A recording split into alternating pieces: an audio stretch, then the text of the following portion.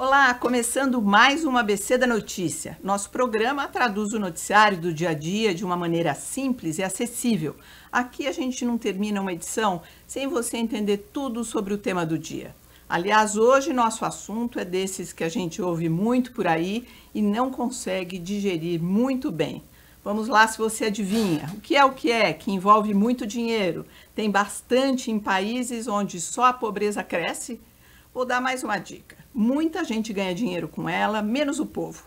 É uma palavra que lembra corrosão, parente direta da ganância. O que é o que é? O que é? Vamos lá, Alexandre Saad, com você. É corrupção, é claro. Sabe, viu como eu sou rápido? Olha, hoje eu encontrei uns ouvintes, até queria contar isso, e eu falei que o tema era corrupção. Eles falaram, vocês não podiam ter sido o momento mais apropriado para falar desse tema. Falei pessoalmente com alguns ouvintes que me encontraram aí no dia a dia antes de vir para a gravação. Eles falaram, nossa, vou assistir, vou escutar na rádio no sábado, porque é isso que vai acontecer. Eu acho que é o tema do momento. A gente vai falar bastante sobre isso, inclusive com essa mudança de governo, né, que a gente vai ter aí nos próximos meses, e entender se a corrupção tem partido político, vamos dizer assim. Mas, para conversar conosco sobre este assunto, mal que afeta não só a nossa sociedade, mas outras também, nós convidamos a economista e professora da FGV, Maria Cristina Pinotti. A Cristina tem se dedicado nos últimos anos ao estudo da corrupção, publicando livros e diversos artigos sobre o tema. E o Felipe França, advogado com longa experiência como diretor de compliance e anticorrupção do Twitter. Atualmente ele lidera um grupo de pesquisas sobre esses temas na Transparência Internacional, que é uma organização que atua de forma global. Bem-vindos vocês dois, muito obrigada pela presença. Eu vou começar então com você, Cristina, que assim entendendo alguns números que a gente ouve bastante, que mostram, indicam que a corrupção e a pobreza caminham juntas. Por que países onde tem muita corrupção são países também muito pobres? Bem-vinda, obrigada. Olha, que é um prazer, agradeço enormemente o convite, é um prazer estar aqui com você, Cristina, com o Alexandre, com o Felipe. Transparência internacional, eu diria que o tema é de uma relevância que por si só se coloca, se impõe, né? E acho uma delícia estar aqui com vocês para poder discutir isso de maneira serena, como deve ser, né? Discutir ideias sem partido, quer dizer, sem tomar partido no sentido de ser torcedor de times de futebol. Não, nós estamos aqui para discutir ideias para o país. Como é que a gente faz para melhorar o país? Esse é o objetivo acho que de todos nós e de toda a minha pesquisa e tudo isso que eu tenho olhado nos últimos tempos.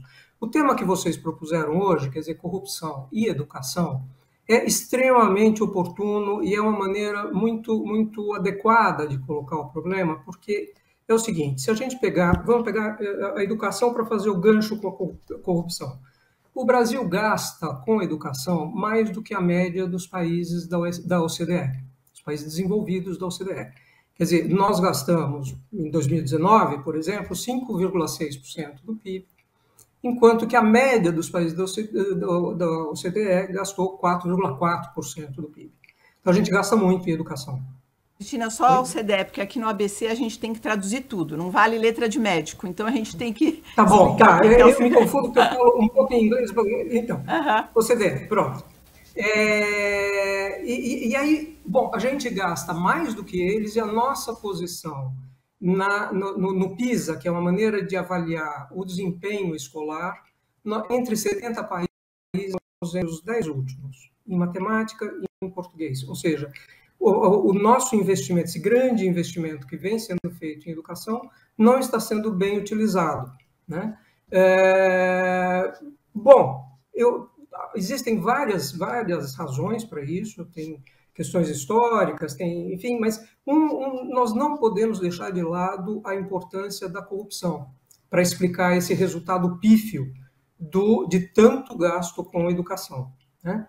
Quer dizer, vou pegar uma coisa que estava nos jornais recentes, aí, fruto das emendas de relator, o bendito ao contrário, né? Quer dizer, esse famigerado orçamento secreto. Quer dizer, aconteceu um caso, esse é um entre milhares, caso de uma escola no interior do sertão, de algum canto, recebeu kits de robótica quando a escola não tinha sequer água encanada para servir seus alunos. Quer dizer, um kit que custou uma fortuna, com sinais evidentes de favorecimento do parlamentar que indicou esse tipo de investimento, entre aspas, para a escola.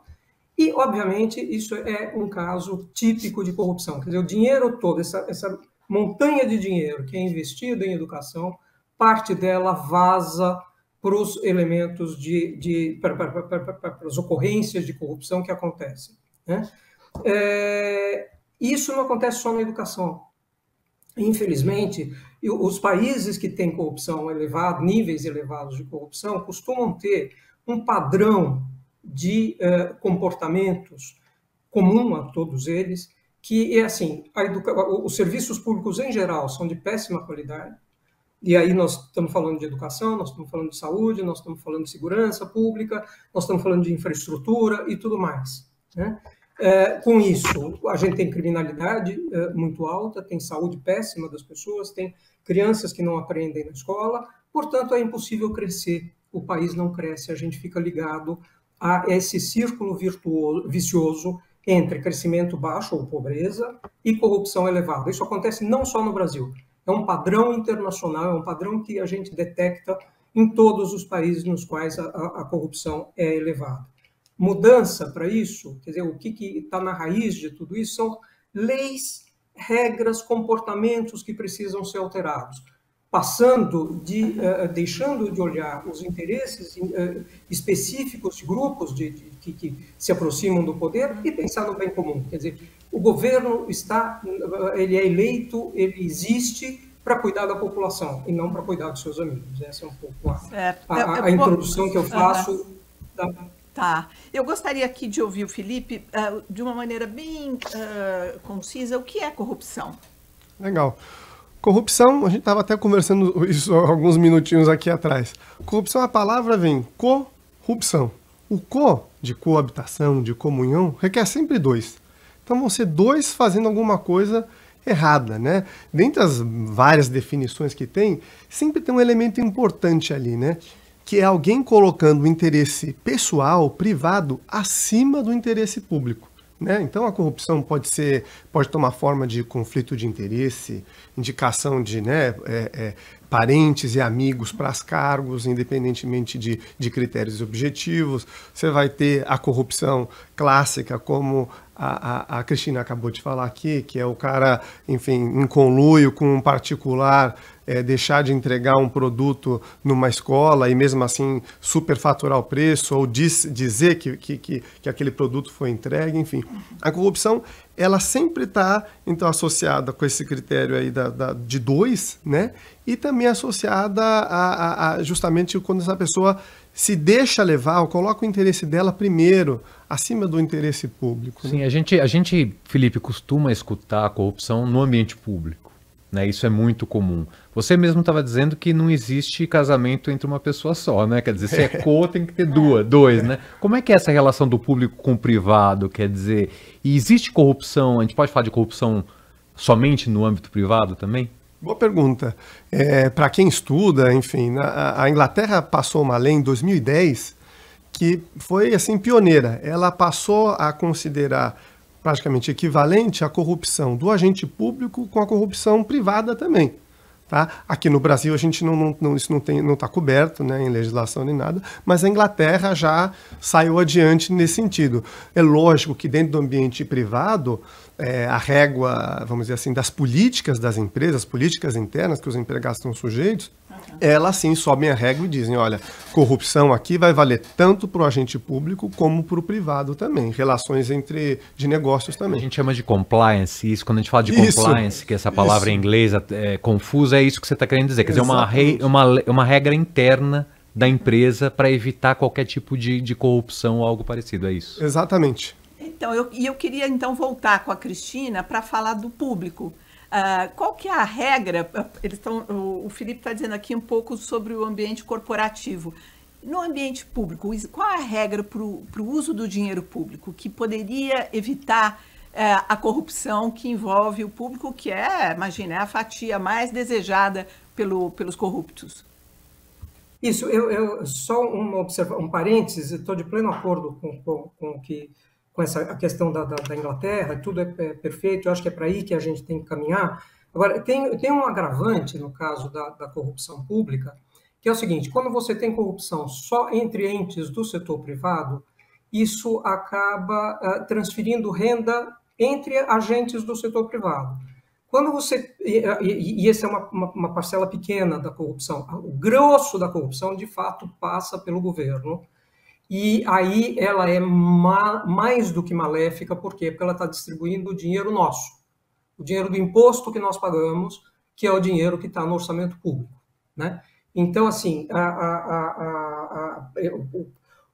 essa definição de que é o abuso do poder público em benefício privado, eu gosto muito dela pela sua simplicidade e pelo fato de que ela coloca o seguinte: qualquer indivíduo investido de poder público, ou no legislativo, ou no judiciário, ou no executivo, em qualquer dos níveis da federação, estados, municípios e a própria federação, federal, nível federal, cometem o crime de corrupção. Ou seja, você precisa da perna pública e da perna privada para poder fazer exatamente esse conluio, essa coisa que foi explicada, né? Quer dizer, eu acho que várias coisas, o caminho para a gente acabar com a corrupção é uma coisa muito complexa. A gente não pode simplificar e achar que com um tiro, uma bala de prata, você acaba com ela. Não, não. É uma coisa entranhada, ela está na cultura das pessoas, ela está nas regras, ela está nas leis. Agora, além de regras claras que tenham por objetivo o bem comum, que isso é uma pré-condição total, quer dizer, as leis têm que ser escritas para atender o bem da população, e não o bem de um grupinho que está lá perto do poder. Isso é transparência, regras claras, é a primeira coisa. Segunda coisa, que é extraordinariamente importante, é a eficiência do judiciário, né? Um judiciário que não é eficiente, ele leva a corrupção e ajuda a manter a corrupção de maneira permanente, né? Eu gosto muito de usar a imagem do jogo de futebol, porque assim, eu falei de regras claras, conhecidas por todo mundo, né? E para que o jogo possa rolar bem. O jogo de futebol, acho que as regras do jogo de futebol são das mais estáveis e mais antigas do mundo, né? Agora, ainda assim, se não existisse a figura do árbitro, dos árbitros, né, o jogo não funcionaria. Então, o judiciário, na minha visão, de muitos, enfim, aprendi isso, ele molda o comportamento das pessoas. Então, nós precisamos, sim, lutar por um judiciário que seja independente do poder político e que seja eficiente na aplicação das leis. Você está dizendo que as leis valham para todos. Você está falando de punição, é isso que você está falando? Estou falando de punição, quer dizer, a regra tem que ser clara, dizer qual é a punição, e o judiciário tem que julgar rápido, de maneira previsível do ponto de vista das leis, e cumprir seu papel. Quer dizer, não adianta você ter uma lei escrita e o judiciário, através de várias artimanhas, não cumprir o que lá está, porque tem uma brechinha aqui, outra brechinha ali, outra lá. Então, assim, a simplificação, e o judiciário brasileiro é um dos mais caros do mundo, né? Então, ele está a nos dever uma eficiência maior, seja na rapidez e seja em se blindar de interferências políticas na sua atuação. Esse é o ideal. Eu gostaria de ouvir vocês, já que a gente está falando aí de um judiciário mais brando, mas assim, da dificuldade de investigar uma suspeita de corrupção, de investigar um caso. Começando aqui, Felipe, e depois a gente passa para a Cristina. Não, com certeza, é um ponto importantíssimo a investigação. Se você pensar por que foi tão criticado o desmonte da operação do grupo de trabalho da Lava Jato, né? Porque você imagina a quantidade de documentos, eram salas e salas de papel, gente que já tinha lido aqueles documentos várias vezes, eram delegados, investigadores, promotores lendo aquilo. Aquilo é uma infinidade de dados, né, que são ali investigados. Então, para você conseguir articular todo aquele caminho de volta do dinheiro, da corrupção, que é uma estratégia que eles usam, né, ela é super complexa, você precisa de gente investigando. Por que foi criticado quando passou os casos da Lava Jato, por exemplo, envolvendo Caixa 2, para a Justiça Eleitoral? Você pega um juiz substituto que está ali como eleitoral, eventualmente para cobrir umas eleições, assim, não tem expertise para pegar um crime de lavagem de dinheiro, que está sempre conectado com o crime de corrupção. Então, as investigações são complexas, precisam de esforços e vão encontrar aí tantas dificuldades, como prescrição, por exemplo, né? Em letra de forma, né? Pro programa. A justiça não protege o cara que é devagar, o lento, né? Então tem um tempo para o Estado investigar. Tem um tempo para o processo ocorrer. Eu não posso demorar 20, 30 anos, 40, 50, 60 anos para tentar pegar aquele crime. Então os crimes prescrevem. O Estado deixa de ter aquele direito de criminalmente pegar aquele criminoso. Quer dizer, é um sistema judiciário que é feito para não funcionar nesse quesito da corrupção, não é isso? E se você pensar, e a gente de novo aqui, evidentemente, focando na corrupção tradicional, se você pegar os políticos, né, que vão estar no final como cabeças dos esquemas, podem estar, né, em muitos casos, você vai ter, quanto mais alto, né, for o tribunal, ou seja, a instância maior, as que estão em Brasília, por exemplo, elas são muito mais contaminadas, para não dizer 100% contaminadas, por interferência ou nomeação política.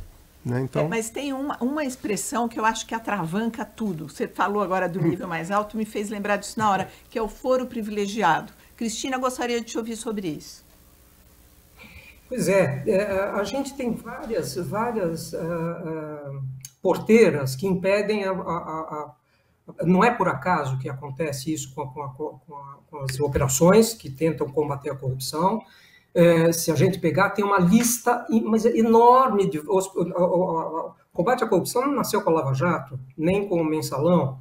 Quer dizer, esses foram mais profundos, porque a corrupção estava mais disseminada, inclusive, né?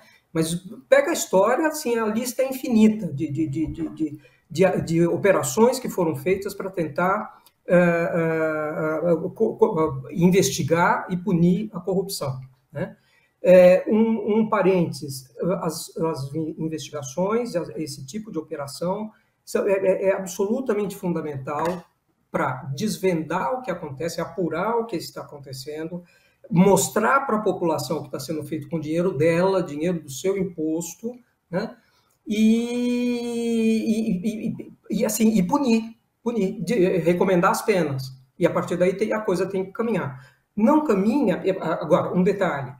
As operações não se pode cobrar delas que elas acabem com a corrupção, per se. Por quê? Porque é preciso alterar as regras do jogo que propiciaram o surgimento de corrupções de maneira tão disseminada no país como a gente tem visto nas últimas décadas, né? Então, assim... vamos devagar, muito a gente ouve, olha, a Lava Jato não acabou com a corrupção. Óbvio, não era papel da Lava Jato acabar com a corrupção. O caminho para acabar com a corrupção, primeiro, vamos acabar com o foro privilegiado.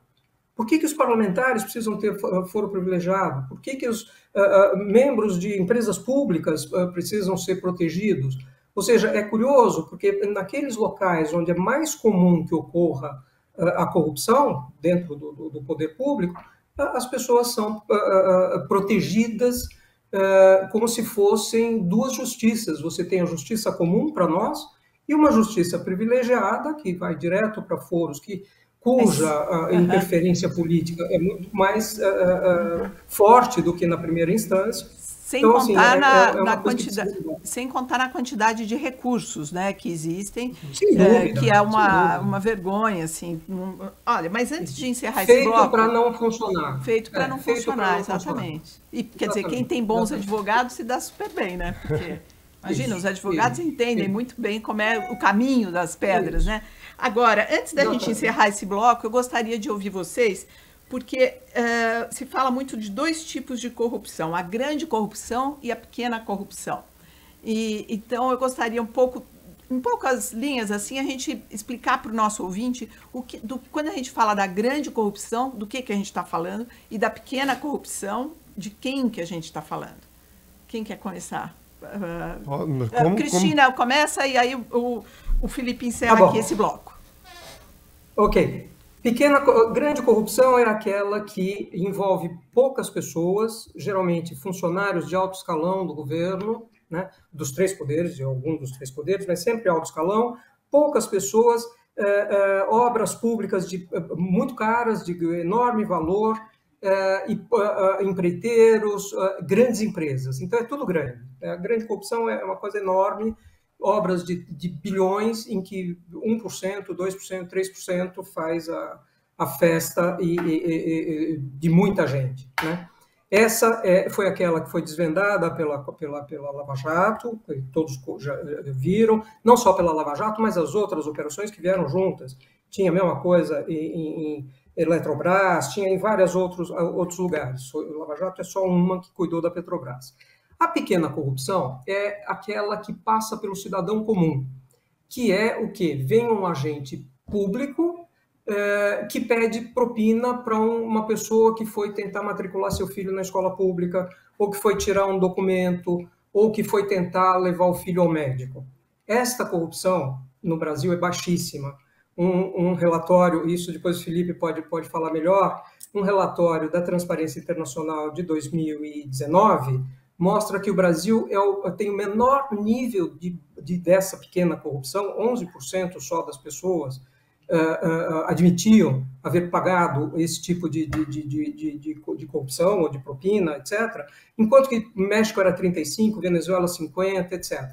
Então, o cidadão não está envolvido na corrupção, por isso ele é um agente extremamente importante na defesa do combate à corrupção. Isto é uma coisa, para mim, é o grande ativo, é a grande vantagem que o Brasil tem na luta contra a corrupção. Bom, Felipe, então eu gostaria que você encerrasse esse bloco aprofundando um pouco mais sobre esse dado da transparência que a Cristina se referiu, que é uma surpresa, né? O brasileiro, no fundo, o que ela está dizendo ali é o seguinte: o brasileiro tem pouca participação na corrupção, ele, cidadão comum, nós aqui. E só lembrando também o método que é feita também a pesquisa, ele é, como o próprio nome diz, de percepção, e é com base em entrevista, né? Tem um outro método para chegar a esse resultado. Mas sobre essa pequena corrupção ainda, o interessante é que o Sérgio Buarque de Holanda, no livro As Raízes do Brasil, ele descreve ali o homem cordial, né? Ele define como homem cordial o brasileiro, fruto do americano, europeu, africano, como um indivíduo que consegue achar sempre uma saidinha para uma coisa, que é o famoso jeitinho brasileiro, né? Ele definiu no livro dele, e que acabou virando, lamentavelmente muitas vezes, um patrimônio cultural ou até motivo de orgulho, né? Dessa coisa do jeitinho, maleável, né? De ser maleável. A questão do jogo de cintura, ela é amplificada no sentido de, olha que coisa boa, né? O Walt Disney criou o Zé Carioca, né, como personagem que sempre dá um jeitinho para fazer uma coisa, é o brasileiro, né? Vai paralelo às instituições, né? Vai paralelo às instituições. Sai das instituições para o jeitinho. Essa exatamente. É a questão é racionalizar, porque a gente, o cara vai na banca de CD pirata e fala, não tenho condições de pagar nessa altura do campeonato em crise R$100 um DVD, eu vou comprar por 5 aqui. Ou, eu não tenho cabimento eu pagar minha entrada, a entrada inteira, eu posso pagar minha entrada falsificando a carteirinha. Né? Tem o meu amigo que pode fazer o gado da internet, que é um absurdo cobrar por 100 canais, sendo que o custo é o mesmo. Então a racionalização, ou seja, a desculpa interior que nós criamos para dizer isso aqui não é errado. Né? Então, às vezes, essa pequena corrupção, ela injusto, né? É injusto, mas é para mim, é aqui dentro de mim. Então, se a fatura do celular vem mais barata, indevidamente, às vezes eu não vou falar, porque afinal eles são grandes, então eu vou deixar quieto, porque roubar esse pouquinho não tem muito problema. né? Então você se recompõe, né? A pessoa... Justiça com as próprias mãos. Justiça com as próprias mãos, né? Felipe, é o seguinte, eu me lembro de acompanhar com o Oded Grajew, a primeira ranking de percepção da corrupção, que elencava os países na Transparência Internacional. Quem era mais corrupto, quem era menos. Existem esses rankings ainda? E onde o Brasil está nesse ranking? E quais são os países menos corruptos do mundo em termos de percepção? Legal, boa pergunta. Sim, esse ranking é bastante tradicional, já desde 95 que a Transparência faz, também com base em pesquisa, de percepção da corrupção. Né? É basicamente isso que ele avalia. O Brasil está lá, se eu não me engano, 96º, posição 96, sendo que o 1 é muito pouco corrupto. Qual e que é o que eu... Noruega, não? Dinamarca, Noruega, Singapura, eles dançam um pouco ali na posição de primeiro, segundo lugar, por uma questão numérica, mas estão sempre ali na frente, né, como os países com menos percepção, e lá embaixo você vai ter, enfim, muitos países africanos que estão na posição lá perto dos 180, né, que são 180 países que fazem parte dessa pesquisa. Agora você vê, um pouco o que você está descrevendo aqui, é o início do nosso programa, o primeiro bloco que falava países mais corruptos são países que devolvem mais pobreza para a sua população. Com certeza. Quer dizer, corrupção e pobreza caminham juntas. Sim, e você sabe que tem um outro estudo, só para complementar também, que o da transparência é amplamente utilizado, né? Quem faz gestão de risco, como profissionais como eu de compliance nas empresas, usam esse índice na hora que vão, enfim, ir para outros mercados. Esse índice tem correlação com economia, com educação, com respeito a direitos humanos, com respeito a jornalistas. Tem várias comparações que a gente pode fazer. Mas tem um outro ranking, um outro estudo que veio aí da iniciativa privada que eu gosto muito, que é a capacidade de lutar contra a corrupção. Olha que interessante, há alguns anos atrás nós estávamos despontando, estávamos muito bem na América Latina, que essas empresas, é um grupo de empresas que criou e desenvolveu, o Brasil estava muito bem, mas vem caindo por conta do retrocesso legislativo, o que a gente vem entregando, etc., o país veio caindo nesse ranking de combate. Então, antes, se você pensar alguns anos atrás, acreditava-se, até talvez com o esforço das coisas que a gente vinha conseguindo de investigação, mostrar que o país mostrava fôlego e muita força para combater esse mal. Mas, enfim, como a própria a Maria Cristina Pinotti já, inclusive, tem um livro sobre isso, comparando a Operação Lava Jato e a Operação Mãos Limpas, houve, assim como houve na Itália, uma reação grande, né? Então, difícil manter. E dentro dessa linha que o Felipe está dizendo, do combate à corrupção, eu queria devolver, então, a bola para a Maria Cristina. E perguntando isso, Cristina, quer dizer, nós temos como nos curar dessa doença chamada corrupção? Tem vacina para proteger o ser humano dessa tentação? Porque é uma tentação, é muito dinheiro, e aí, de repente, o cara já está ali no esquema roubando, né? Roubando, furtando. Não é maior armado. Olha, eu volto para a questão das instituições, né? Instituições, como a gente chama, são as regras do jogo. Você tem as instituições formais, que são as leis, o conjunto de leis que rege o país, né? E as instituições informais são os traços culturais que fazem, de que maneira as pessoas lidam com as regras escritas. Então, quando o Felipe fala do homem cordial, eu traduzo isso, claro que está lá, é uma coisa conhecida, é uma coisa sabida, é um traço muito exacerbado em alguns momentos. Agora, eu traduzo isso do ponto de vista institucional como uma certa resistência a seguir regras, né? Quer dizer, não pode ultrapassar carro no acostamento, as pessoas ultrapassam. Tem alguém atravessando na faixa de pedestre, a pessoa não liga. Quer dizer, uma resistência a seguir regras, eu acho que é uma das coisas, um dos traços culturais do Brasil que a gente precisa mudar. Agora, isso me ocorre aqui, me ocorrem dois exemplos muito interessantes, conhecidos na literatura. Um é o seguinte, um estudo feito com diplomatas da ONU, né, em Nova York. observou-se em determinado momento que era o seguinte, havia muita multa de trânsito para determinados diplomatas e 0 multas para outros diplomatas, vindos de outros países. Foi feita a correlação entre esse comportamento e o grau de corrupção dos países de origem. Observou-se que os países mais corruptos eram aqueles nos quais os seus diplomatas cometiam maior quantidade de infração nas questões de trânsito, e porque, como eles têm a imunidade diplomática, eles não pagam. Então, assim, tem a regra, eu não tenho que pagar nada, deixa para lá, eu não vou obedecer. E aqueles países mais desenvolvidos e com nível de corrupção baixa, os seus diplomatas não faziam nada. Essa é uma informação que me diz o quê?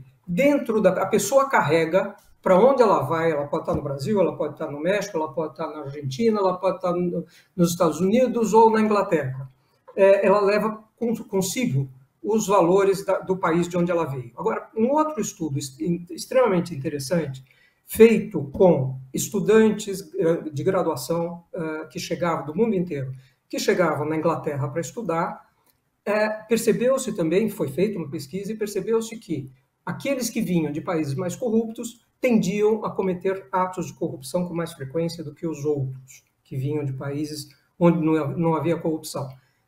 A beleza da história passado um tempo, aqueles alunos que permaneciam na Inglaterra estudando deixaram de cometer atos de corrupção. Portanto, o ambiente institucional, o ambiente no qual, numa Inglaterra da vida, que a justiça funciona, que existe a sanção social, né, para atos de corrupção, isso tudo fortalece e é indispensável, é como se fosse complementar a cultura e as leis e a cultura. Uma coisa conversa com a outra o tempo inteiro, mediada pela justiça. Quer dizer, quando eu falei ali atrás, no outro bloco, justiça bem feita, eficiente, molda o comportamento do indivíduo. Do mesmo jeito que o juiz de futebol molda o comportamento dos indivíduos que estão jogando futebol, ou tênis, ou o que for. Quer dizer, a instituição como regra do jogo não é por acaso, eu acho que é uma definição muito feliz, né? Uma comparação muito feliz.